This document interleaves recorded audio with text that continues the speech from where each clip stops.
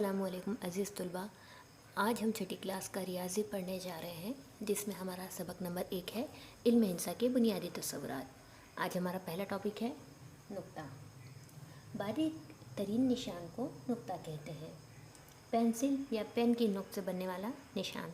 आइए देखते हैं हमारी किताब में क्या दिया गया है। हमारी किताब में दिया गया है नुक्ता पी, नुक्ता ए, नुक्ता टी। इसके बारे में हमने ख़ास बात क्या देखी?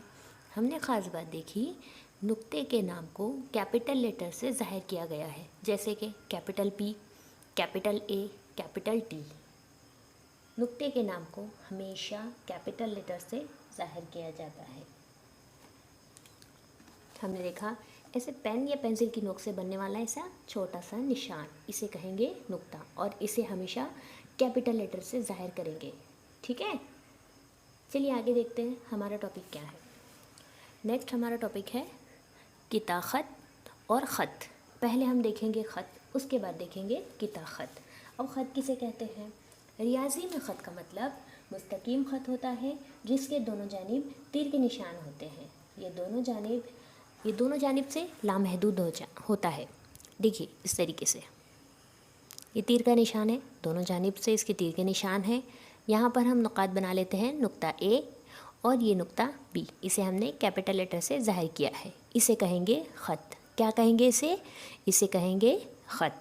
ये हमेशा मुस्तकीम होता है और दोनों तरफ से लामहदूद होता है, क्योंकि यहाँ पर तीर के निशान बने हैं। अब हम देखेंगे किताखत। किताखत किसे कहते हैं? देखिए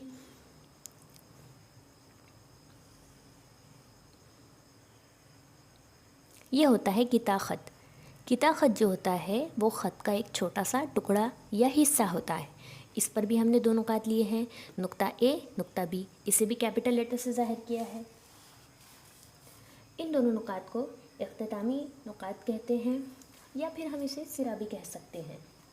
ये महदूद होता है, ख़त की तरह लामहदूद नहीं होता है, क्योंकि ये ख़त का छोटा सा हिस्सा या छोटा सा टुकड़ा है।